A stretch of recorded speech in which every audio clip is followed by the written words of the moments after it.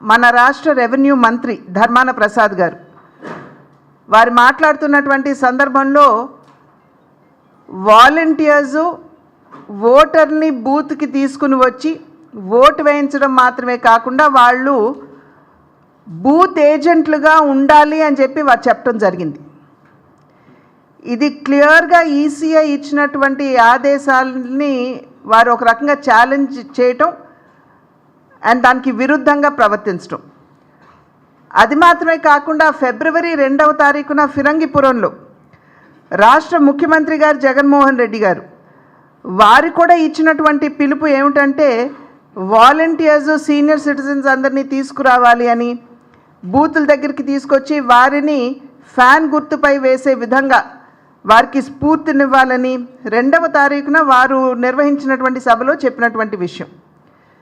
కనుక ఖచ్చితంగా free and fair elections, పారదర్శకత్వం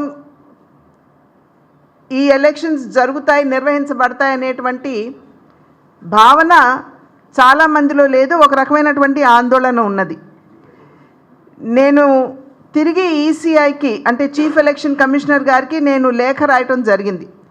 ఈ విషయాలన్నీ కూడా వారికి తెలియజేస్తూ అంతకుముందు ముఖ్యమంత్రి గారు మాట్లాడినటువంటి మాటలు కావచ్చు, నిన్న మొన్న ధర్మాన ప్రసాద్ గారు చేసినటువంటి వ్యాఖ్యలు కావచ్చు, వాటిని పొందుపరుస్తూ వాటి యొక్క కాపీలతోటి నేను సిఈసి గారికి చీఫ్ ఎలక్షన్ కమిషనర్ గారికి పంపించడం జరిగింది.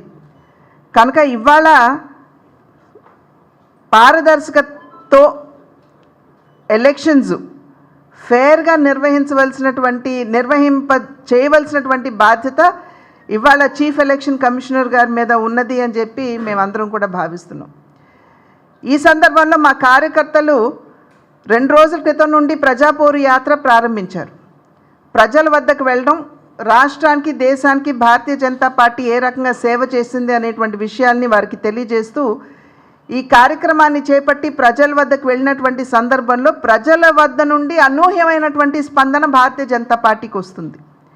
నరేంద్ర మోడీ గారి నాయకత్వాన్ని ప్రతి ఒక్కరూ కూడా స్వాగతిస్తూ ఆశీర్వదిస్తూ, ప్రత్యేకించి 500 సంవత్సరాల కళ ఏదైతే ఉందో, అయోధ్య రామ మందిర నిర్మాణం ఏదైతే ఉందో ఆ కళని సాకారం చేసినటువంటి నేపథ్యంలో అంతటి సమర్థవంతమైనటువంటి పాలన, అవినీతి రహిత పాలన, వారసత్వ నేపథ్యం లేనటువంటి పాలన దేశానికి నరేంద్ర మోడీ గారు అందించినటువంటి సందర్భంలో ప్రజలందరూ కూడా బాగా భారతీయ జనతా పార్టీని ఆశీర్వదించాలి అనేటువంటి భావనలో ఉన్నట్లుగా కార్యకర్తలందరూ దగ్గర నుండి మాకు వచ్చేటువంటి ఫీడ్బ్యాక్. అదేవిధంగా ఈ ప్రజాపోరు యాత్రలో మేము రాష్ట్రానికి ఏమి చేసాం, ఎందుకంటే ఈ యొక్క ప్రజాపోరు యాత్రని వినియోగించుకుని కార్యకర్తలు ప్రతి గ్రామానికి వాళ్ళు వెళ్ళేటువంటి పరిస్థితి ఉన్నది. కనుక ఆ నేపథ్యంలో ఆ గ్రామాలకి మన దేశం మాత్రమే కాదు, రాష్ట్రం మాత్రమే కాదు, ప్రతి గ్రామానికి వందలాది కోట్ల రూపాయలు ప్రతి గ్రామంలో, అది ఉజ్వల గ్యాస్ కనెక్షన్ కావచ్చు, ఇళ్ల నిర్మాణం కావచ్చు, మరుగుదొడ్ల నిర్మాణం కావచ్చు, ఉచితంగా రేషన్ ఇవ్వటం కావచ్చు, లేకపోతే ఉపాధి హామీ కింద అక్కడ జరిగినటువంటి పనులు కావచ్చు. కనుక ప్రతి గ్రామానికి కూడా ఇవాళ వందలాది కోట్ల రూపాయలు కేంద్ర ప్రభుత్వం నుండి అక్కడ అభివృద్ధి కార్యక్రమాలకని చెప్పి వచ్చినటువంటి నేపథ్యం.